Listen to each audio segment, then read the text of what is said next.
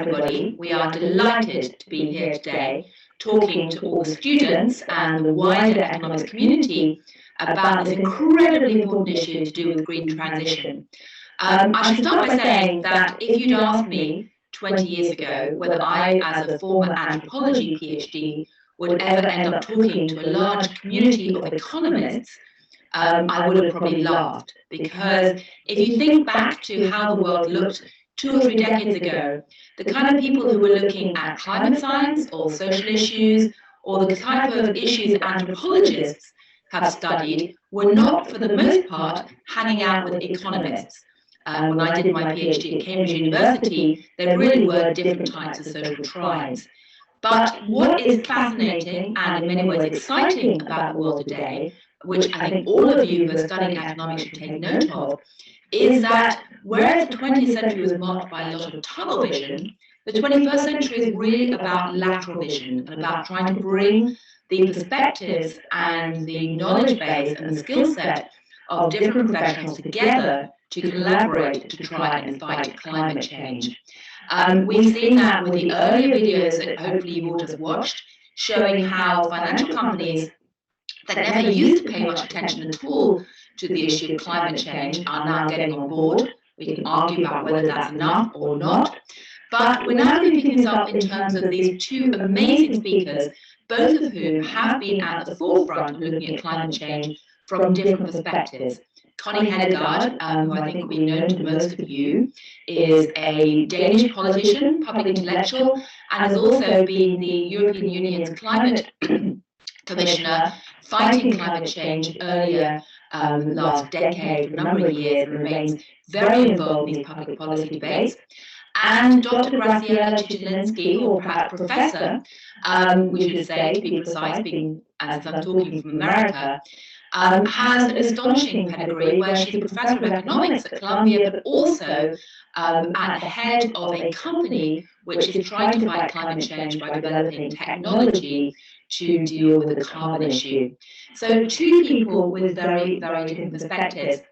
So perhaps I can start with Connie Hedegaard and ask you, as somebody who has spent many years at the forefront of the European Union's efforts to try and combat climate change, how do you assess the current move by policymakers?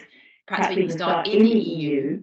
Is it moving fast enough? Is there the real kind of change that we've talked about, or we just heard both Goldman Sachs and Fidelity talking about in terms of the shift?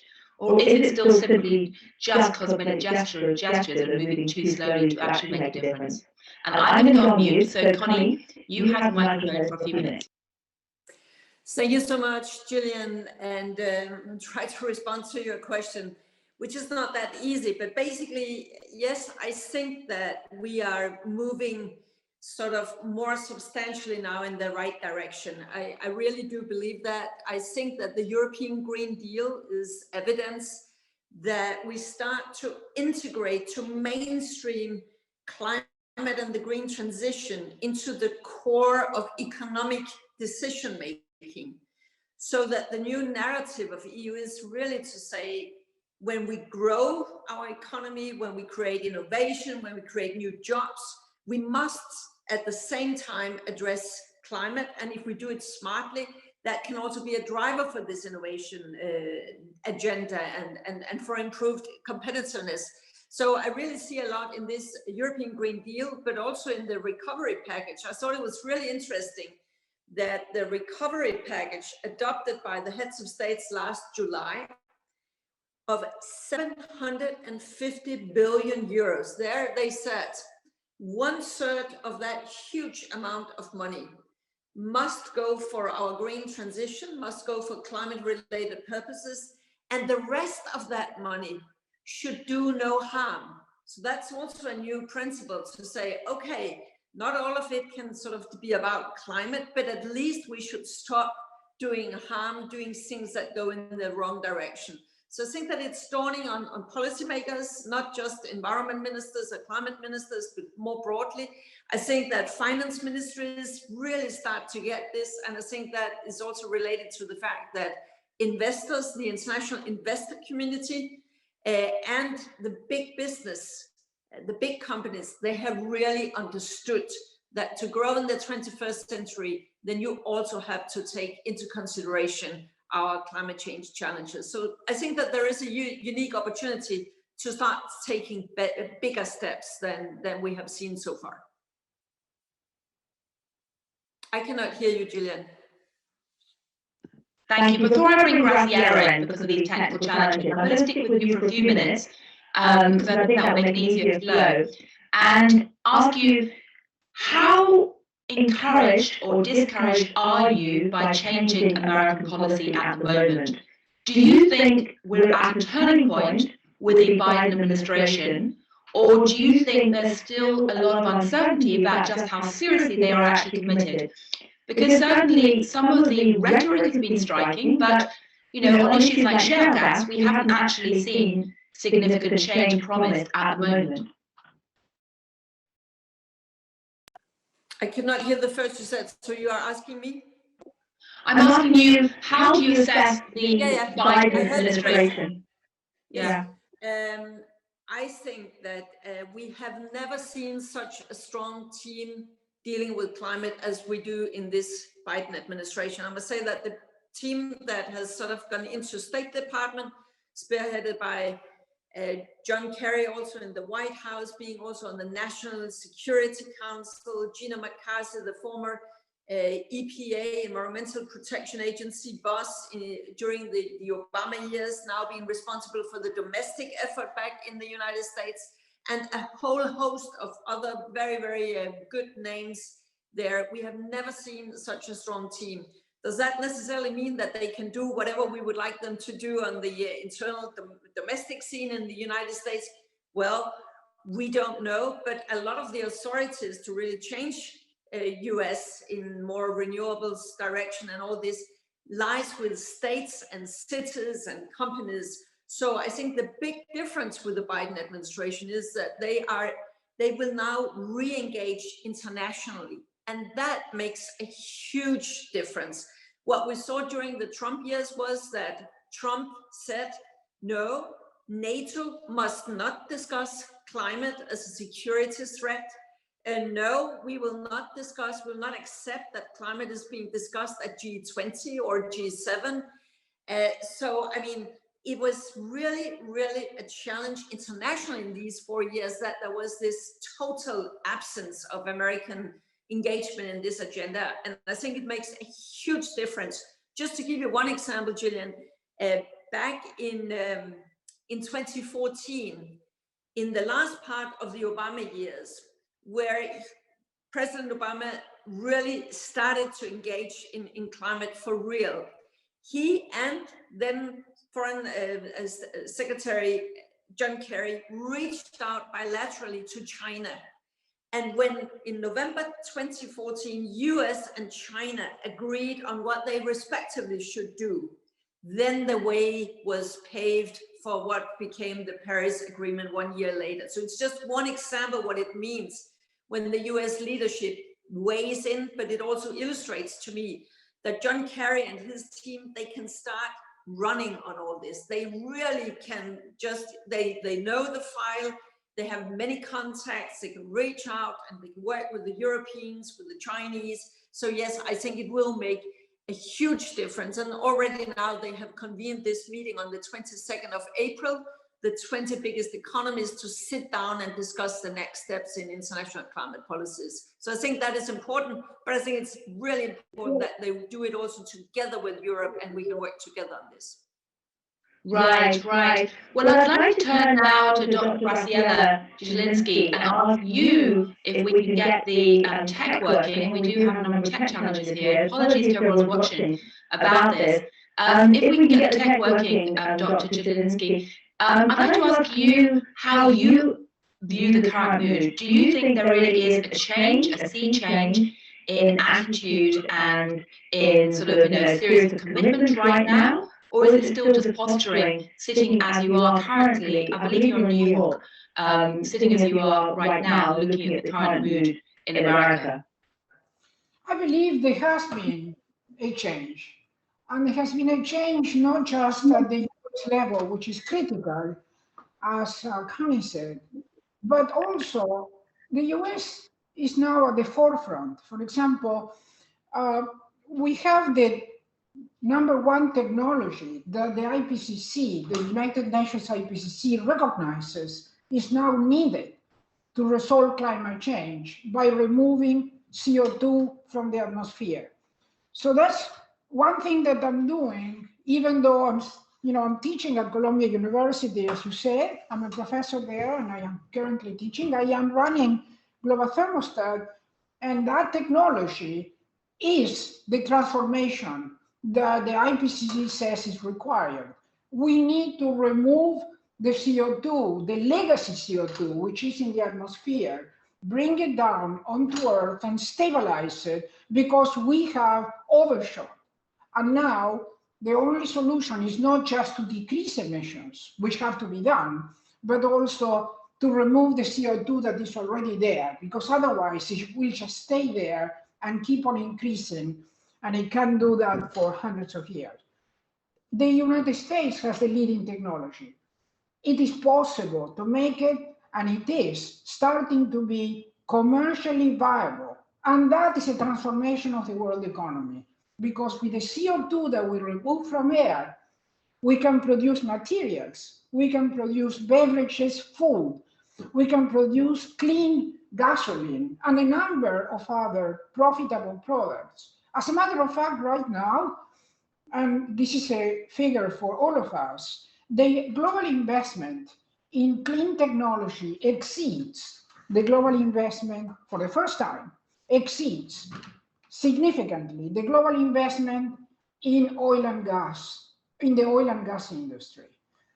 The European Union emission trading system, according to Physics Today, has now proven that system, that carbon market, to which I had the pleasure to contribute to design, that market has now proven to work for the 27 nations, to the extent that the European Union now is emitting somewhere between 20 and 30% less than in the base year 2005, when the carbon market and the Kyoto Protocol became international law. And while the goals of the Paris Agreement 2015 are critical, the structure is missing, because it is totally voluntary, and even while it is voluntary, it doesn't reach what is needed according to its own objectives. So what is happening now is we have the tools. We have carbon removal technology, which is called direct air capture, and it is prominent in the United States as the leading economy in technological change. The United States also has a law, 45Q, that rewards with tax credits the removal of CO2 from the atmosphere. So the United States, in many ways, at the forefront. At the same time, the Paris Agreement that the United States removed and now came back to is voluntary. So we need to transform that. And I think we have to look at the European Union as the leader in making that transformation now. The European Union is the leader, and it has shown that it can grow as effectively economically as the United States, while decreasing its emissions of CO2 for the last 15 years. And creating hundreds of millions of dollars of wealth that were dedicated, among other things, to the solar revolution. So now we have, for the first time in human history, the ability to deploy energy that comes directly from the sun and is lower cost, coming from the sun, lower cost than fossil fuel, lower cost than coal, lower cost than natural gas and petroleum. So now there is a number of pieces that have fallen into place. The solar economy is here. Solar power, lower cost than fossil fuel power for the industrial economy, a new type of economy. Removal of CO2 to produce the materials instead of removing them from the earth. We remove them from the sky and clean the atmosphere at the same time. All these pieces are there. the European Union made a fantastic demonstration of the carbon market as a policy and the ability for these 27 nations to work together, as did China, who has a carbon market, and 14 states in the United States that use the carbon market. We have all the pieces. We do have all the pieces, and the innovation, technological innovation, the vaccines that were needed are here. The question is, are we going to get ourselves organized now that we have all the pieces in place? Solar power, carbon trading policies to change our value system, the technologies that remove CO2 from the atmosphere. Are we going to get ourselves organized and get this done in a time scale that is needed? Right. To me, that's a big question. I must say, I'm very positive about the technology, very positive about the policy, about the people involved. I am not very positive about time and our ability to get organized. So that to me is the critical issue. Well, as they always say in business school, can you both hear me? I think we've now managed to overcome some of the technological problems. So let's take that as a sign that diligence diligence can actually get you to where you want to get to in the end with technology. But I'm curious, you know, as they always teach in business school, you know, having a great idea, having great skill sets and technology is half the battle, execution is the key issue. So I'd like to ask you, Connie, do you think that we're actually, if Graciella's right, we now have the technology, the money, the political will to do this, and maybe some of the, you know, infrastructure in terms of markets and things like that, do we actually have the execution skills to actually reap the benefits of these tools for fighting climate change or not? I would agree that the whole governance issue here is something that we haven't discussed a lot, but I think that there is a challenge, because how, for instance, in democratic societies, can we speed up action and be more efficient and more cooperative, disseminating best practices faster, building on each other's experiences? There's so many things we could do better and more efficient. And nonetheless, I think that we are very much moving in the right direction. And I would agree very much with what we just heard from Graciela, that, for instance, setting a price on carbon, it's no coincidence that that works. I mean, that is how a social market economy functions. What you do not want, you have to put a price on, and what you want more of, the kind of behavior or choices you want more of, should cost less. So to make sure that the incentive structure is fit for purpose, that is absolutely key. And I think it's one of the success stories of the European Union that we managed to inspire, for instance, China to build their emissions trading scheme, that they are now sort of really expanding now, starting sort of around these months, more or less, at a national scale in China. I would so much hope that the new American administration and the new American Congress, that there would be a chance to work with this CO2 pricing. Maybe to some that sounds as something that is totally unrealistic, but I know that, I mean, the candidate at that time, Biden, wanted that to be part of his program. And I also know that behind the scenes, there are even people and strategists behind the scenes in the Republican Party writing white papers and the like on that they need some kind of pricing carbon. And I think that is the big thing that we need. And then I would just add one more thing. We also need policymakers then that stop telling people that we can make this huge transition within the time frame, the short time frame that we have, without any citizen can feel anything. I mean, we must be a bit more bold there and a bit more honest with people. We have seen with COVID-19 that we can actually make change. We can make change fast. We have also seen that it's extremely costly to ignore the warnings of science. And we should use that knowledge now also to try and sort of accelerate what we are doing when it comes to climate.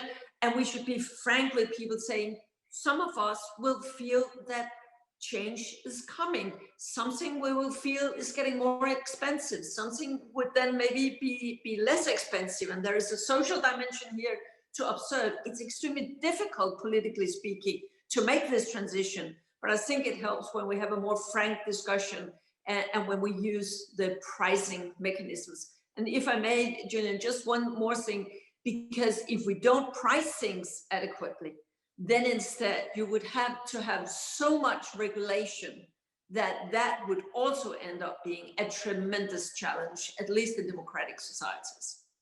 Right, that's fascinating. Can I quickly ask before I ask Graciela, and by the way, I should say it's very exciting that this is effectively an all-female panel. Again, I could not have imagined that when I started as an economics journalist at the Financial Times 25 years ago. I used to joke that I never managed to quote men except for women, except for maybe 1 in 10 in my articles. And now we have an all-female panel. So any of you students watching who are young economics students who are female, be aware how dramatically the climate's changed. Be grateful and go seize that opportunity. But before we go on to the question of what's happening in the US, what kind of carbon price do you think is appropriate right now, Connie, for the European Union? Because the IMF came out with a landmark paper a couple of years ago, which was basically asking from memory for about $70. We're only like 22% of the way there right now. But what kind of carbon price do you think the European Union should be looking at? Yeah, I think that we have to have a higher price than we have now. But if you see sort of the development over the last year, it has sort of gone. I mean, some years back, it was basically 2 or 4 euros. And now I think the price is 30 some euros. So it is going up. Of course, the big challenge is if you have competitors just outside Europe who will not put a price on carbon, what do you do when you compete with them? Because then there is obviously there are issues there, and that is why EU is starting to talk about some kind of border tax adjustment mechanism, and we will hear more about that in months to come. Maybe we'll come back to that here, but I basically think that you would have to sort of go more up in the 100 euros. We have a discussion right now in my home country, Denmark, where we talk about we should get up to maybe 160 euros per tons would be sort of the cost efficient pathway to a 2030 ambitious target.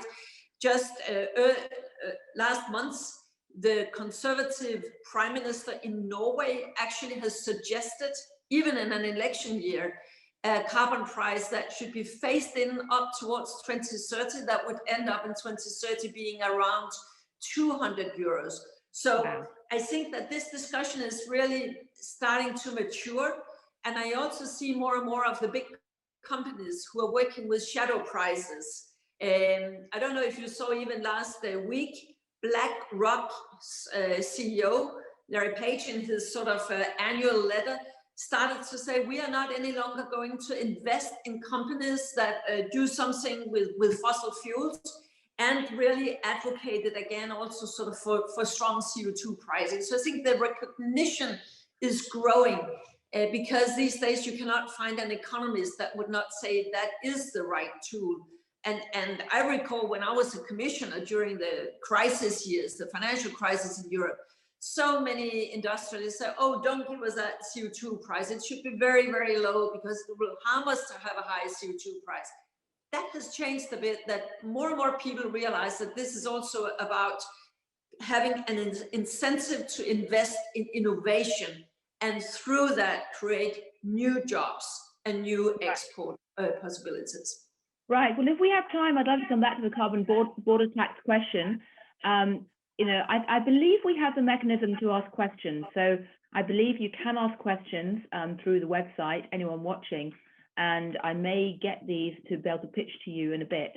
But before we do, Graciela, I could see you were dancing at one point. I couldn't tell whether you were dancing because the tech was working or whether you were so excited by the idea of carbon prices. But carbon prices, I'm sure as an economist and someone involved in the technology of carbon capture, I would imagine are absolutely critical in your perspective. Do you have much confidence that the Americans are going to actually adopt a carbon price? because, you know, Janet Yellen, Treasury Secretary, co-wrote a very important paper with Mark Carney recently. I'd recommend anyone watching to read it, which talks a lot about carbon prices. So how likely do you think it is the US will actually adopt carbon prices? Well, it will take time because there are laws in the United States against any form of carbon pricing or limits on emissions that could hurt the economy. So here is the key. We need to show the economic viability of removing CO2, of direct air capture. Why? Because the price for carbon is, in economic terms, equal to the marginal cost of removing carbon. Price equals marginal cost. So we have to get the marginal cost of the removal of carbon, which is called direct air capture. That's what global thermostat, that's what we do as a company. That cost has to go down. The only way that will go down is by investment in that area, exactly as it happened for the last 12 years with the solar photovoltaic revolution that drove that price of the photovoltaic energy by 80% in 12 years. We need to do exactly the same for the removal of carbon, make it viable, make it so that people want to invest in that. The cost will go down, then the price will be sufficient from what Connie is saying, everything will fit. But that is what's missing. We need to do massive investment. You don't get these things done for free. Massive investment in the technology that creates jobs, that creates removal of CO2 and drives the price down. That is what's needed. I think President Biden understands that. And I think Janet Yellen, who I know from Harvard years ago, I think she's great and she understands that. The question, I mean, Biden is so clear about that. When they ask him about climate change, President Biden says, when I hear about climate change, I register jobs, jobs, jobs. And he's right. That connection, that's the connection that we have to make. And for that, before you get to the jobs part, you need investment, investment, investment. This type of innovation is huge, is capital intensive, is technology, okay? We were able to do that with the internet. We need a similar type of investment. If we do that, the problem will be solved. If we don't do that, the problem won't be solved because we are in a race against time. This is like the same situation with the COVID, the COVID vaccines now. Is the virus going to commute faster than the vaccines? Time. We're in a race against time. That requires investment. And therefore, if we want to get the jobs, we want to get the atmosphere clean, we want to get the carbon prices to operate, we need to drive down costs, we need investment in that sector. That's critical now. So the question I have then is, can that investment come entirely from the private sector? Will the public sector need to be involved as well? Because we have this bizarre situation right now where we have an enormous amount of money in the global system sitting on the sidelines or invested in, you know, treasuries or government debt that's often with negative yields. You know, I'm constantly told by the finance industry, we just heard a couple of people from the finance industry on the previous video talking about how they're trying to rechannel capital. But, you know, coming back to the point you made about governance, is it possible to actually get this private sector capital channeled positively into these sectors? Will it require government intervention? Should we be looking at blended finance to try and make this happen? Because that is, you know, a deeply unsexy topic for most politicians. I often joke that talking about blended finance is like trying to feed a toddler spinach. But, you know, is that going to be the answer moving forward, that we have to start talking about blended finance? Yes. Connie, or yes. Graciela first and then Connie. Thank you. Yes, we have to talk about blended finance. We have to create the equivalent of mortgages and mortgage markets and mortgage-backed security markets, because we have to bring to this sector trillions of dollars. Like we're doing, it's already happening to combat the COVID pandemic. We put in trillions. The same thing has to happen here. I think the creation of new types of instruments, financial instruments, is important because the public is very keen to invest in this area. And when you talk with the analysts, they have instructions to focus on this area, and they scratch their heads and they say, how do I do that? It's not a very easy thing to do. So what we need is to create the instruments and to create the equivalent of what FEMA would do. But as I said, you need to create an instrument that would be like mortgages for the housing market and for the financial market, and with that scope globally, and mortgage-backed securities. Here is what they are. I know because I'm working on that. So, and in fact, I'm working with that with Barclays, because they see the opportunity and the need.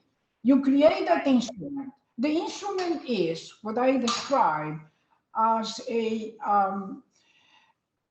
essentially CO2 has to be traded, right? Or carbon.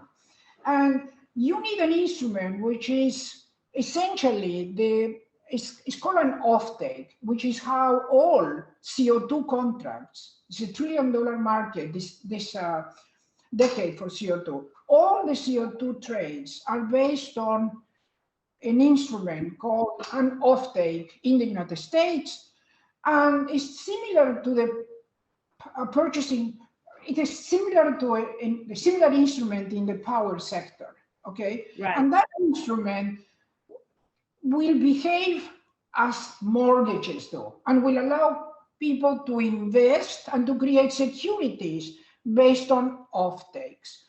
This is something that I have actually patented, because I strongly believe that instrument is going to create a market that will allow people who want to invest to find a place to invest, and it has to happen.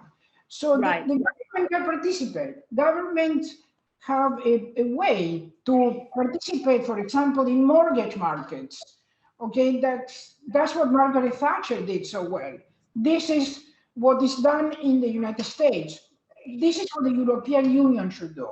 Create this type of market so that it channels the desire of individuals to invest and BlackRock to invest into the sector by creating the financial structure that allows it to happen. And I'm telling you, it has to be based on offtakes, which is the instrument used to trade CO2. I can explain. That sounds fantastic. Well, that's very interesting. That's a very American perspective, to look to the markets, to look to Wall Street, to look to, you know, all the kind of financial incentives you can create.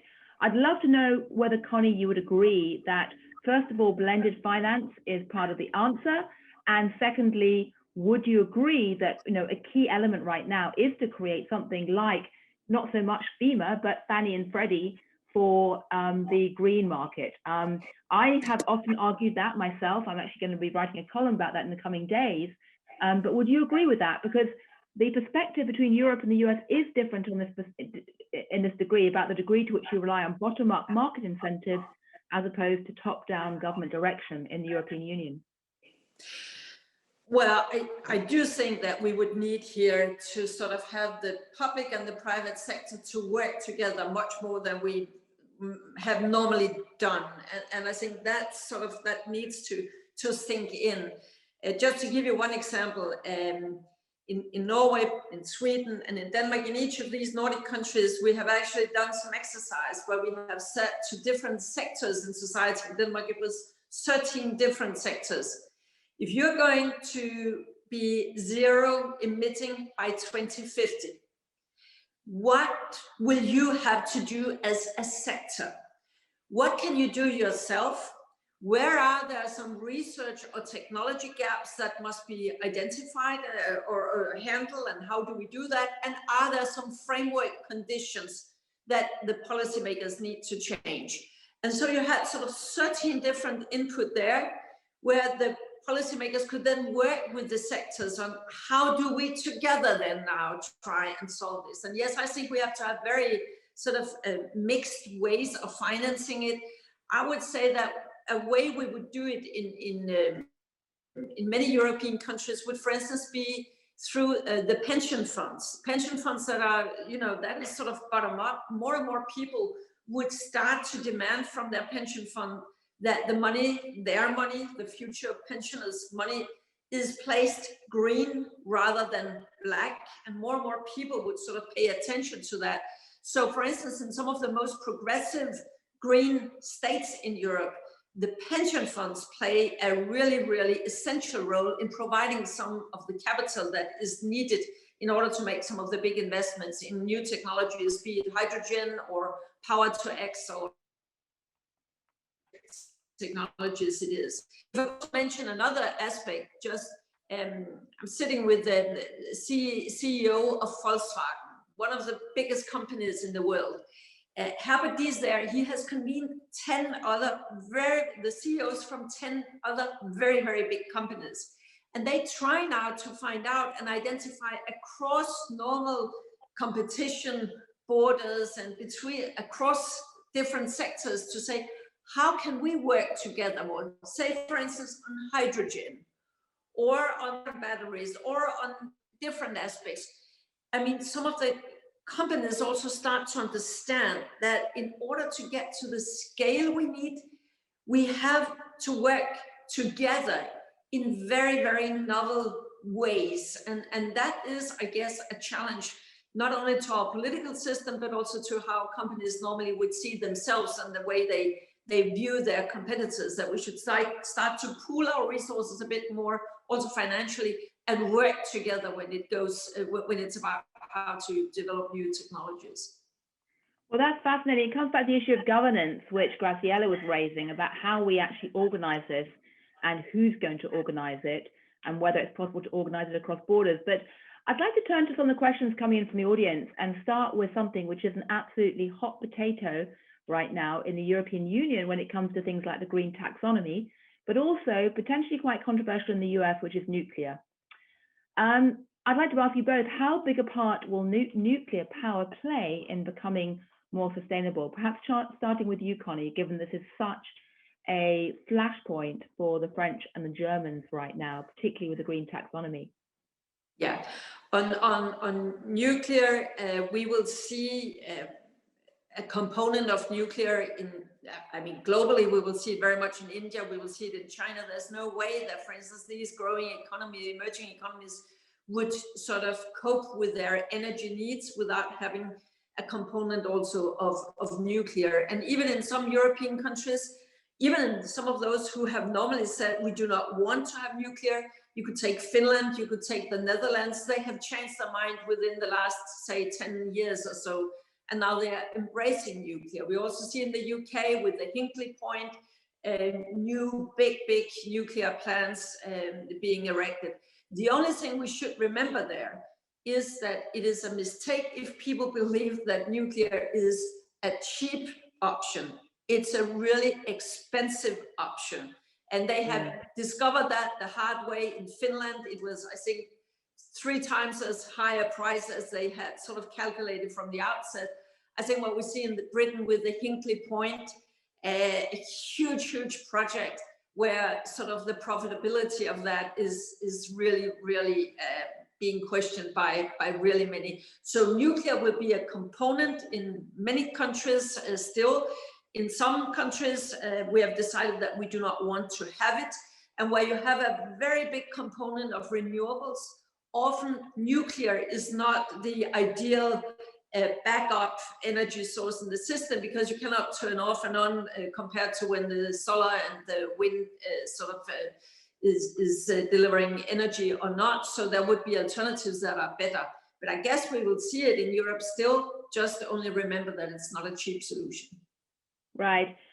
What are your views, Graciela? Do you see nuclear as being a key component going forward? Because it's interesting, you know, some of the Republicans these days are talking about nuclear and saying, why are the progressives opposed to nuclear, given this is probably one of the better ways to get to where we need to quickly?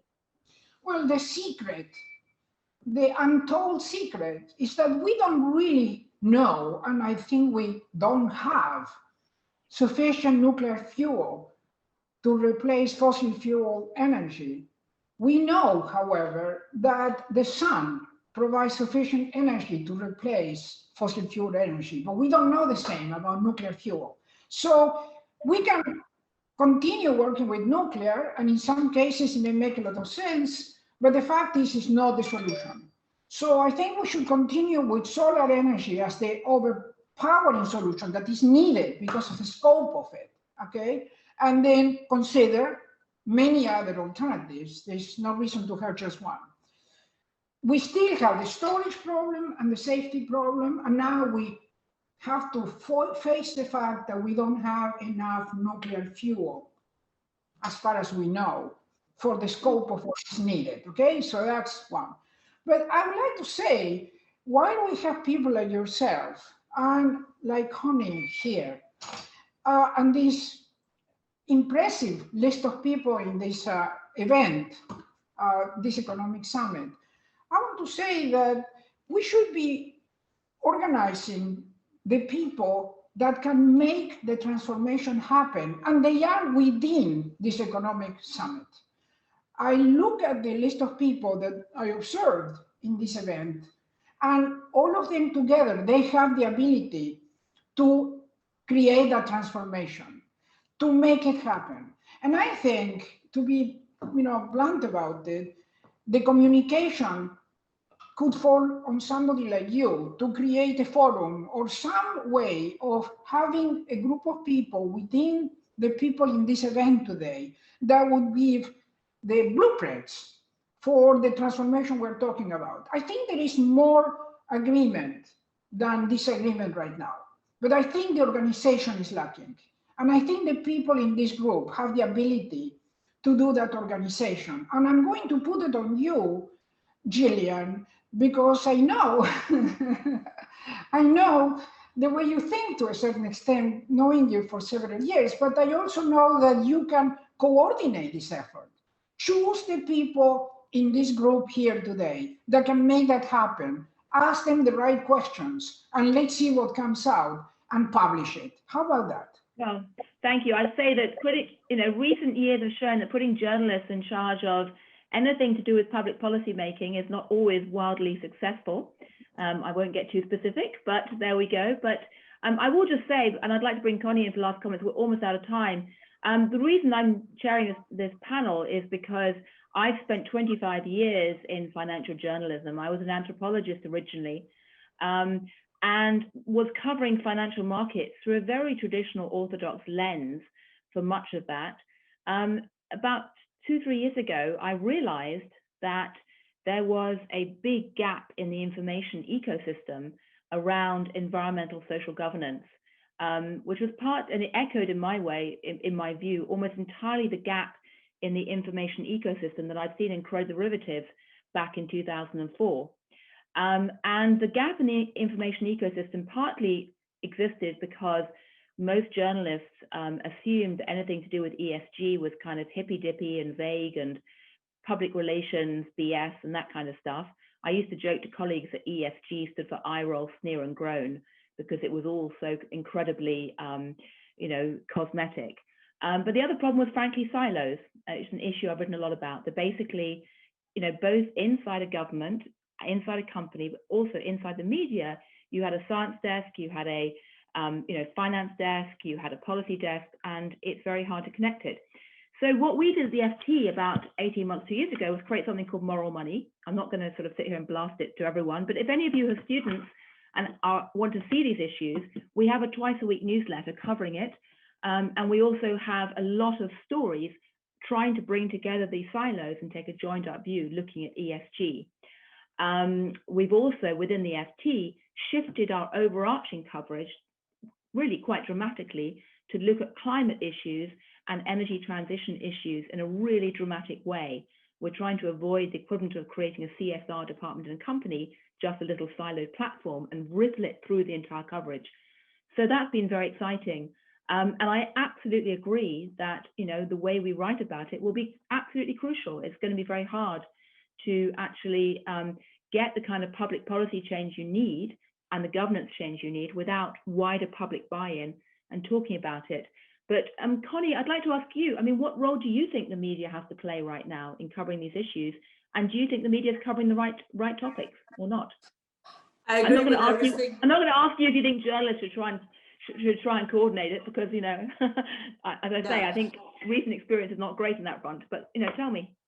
No, I agree with everything you just said, also on sort of the obligation for the press and media to sort of present some of these things. But I think that what we have come to now is also that it's extremely important to present some of the solutions out there, because I think that most people, for instance, in Europe, they have understood that climate change is a huge challenge and we must do something, and it's fine to set targets and minimum 55% reduction by 2030 for all of Europe and all this, but they need to see the solutions, and that somehow works sometimes against the way a lot of journalism works, where we would see rather the problems and what is not there. I also used to be a journalist myself, but I mean, to really show the solutions. So that's one thing. But I would add another thing, because we are in the forum we are in now. I also think that there is something here to think about for our universities. And what do I mean by that? It's because this silo thing that you pointed to, that's a huge challenge in our administrations, in our city councils, in our ministries and governments and all that. It's also a problem in governments, but it is also a problem with our universities and with the different sort of areas. Just as an example, I think that now we here for good reasons talk about pricing CO2. It's extremely important, but it is not enough. There's also a component of behavioral change. How do we sort of accept to do something differently tomorrow than we used to do yesterday? There we would, for instance, need people from the humanities, people from social science. So how can we bring the knowledge that is there better into play? I've been a politician, and I know that very often the policymakers, when they make sort of bad decisions or inadequate decisions, it's not because they are evil persons, but sometimes the most updated knowledge that is there out there somewhere, but it's not always presented to those who are preparing the political decisions, be it or the decisions in politics or in business. So there is also something that challenges our universities for good reasons. When you're at a university, things should not be sort of in an accelerated speed. It's slow, it's going into the depths and all this. But how can universities be better at sort of bringing knowledge into play? And one very small place to start with could also be to revise the curriculum. It's still possible in really many universities to have your degree without knowing the slightest thing about the sustainability challenges, climate challenges, all the things we've been discussing here today. In my view, it should not be possible to sort of be an educated economist of the 21st century, for instance, without having been introduced to the most fundamental things about what is our climate challenges actually about. So there is also a job there for universities to do better. Well, Connie, I could not agree more. And in fact, my last book was called The Silo Effect, and it basically lamented the silo problem. And it talked a lot about universities and how people are trained to have tunnel vision. My next book that's coming out in 4 months is called Anthrovision, which is basically an entirely self-interested plea for people to try and adopt the principles of anthropology, which is basically about lateral vision, taking a joined up view and apply that not just to economics, but technology and finance and other areas as well. So I couldn't agree more, but then I'm totally biased, so you probably shouldn't take what I'm saying too seriously. But Graciela, we have about 1 minute left. You, in many ways, exemplify silo busting. I mean, you are a professor of economics, you're also an entrepreneur, and you're also involved in climate technology.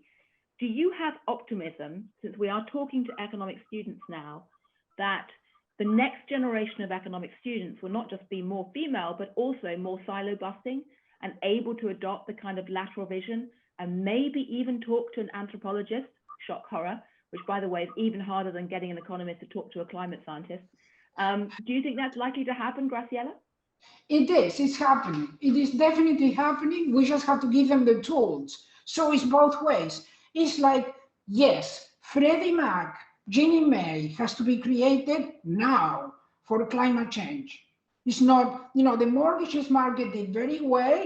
These institutions produce securities that were traded and were part of the economy. We have to do the same now with climate change. And I think we have the basic organization in the US government right now to do it.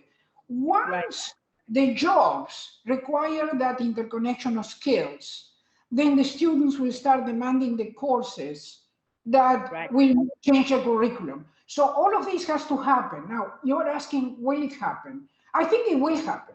My question is not whether it will happen. It will happen. Because otherwise we will not be here anymore in a few years, as you know. Right. The question is whether it will happen in the time scale that matters.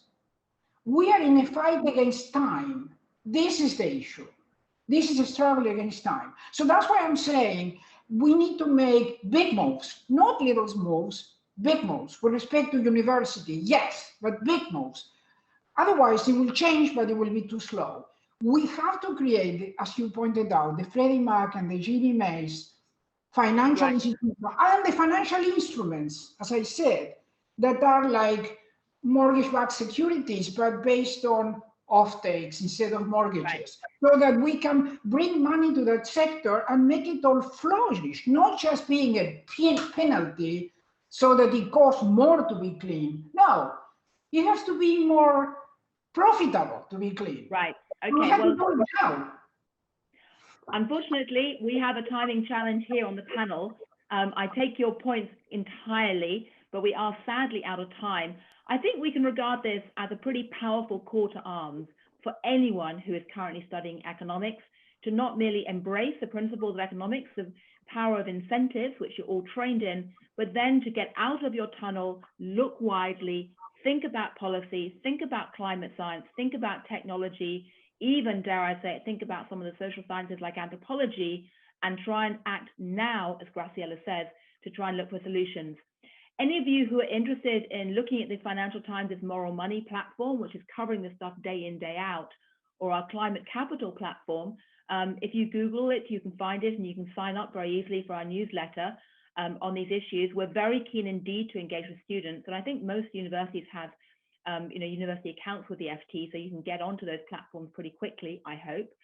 And any of you who are interested in trying to, work together with solutions, keep watching what Connie's doing, keep watching what Graciela's doing, because they are truly inspiring examples of trying to push this forward.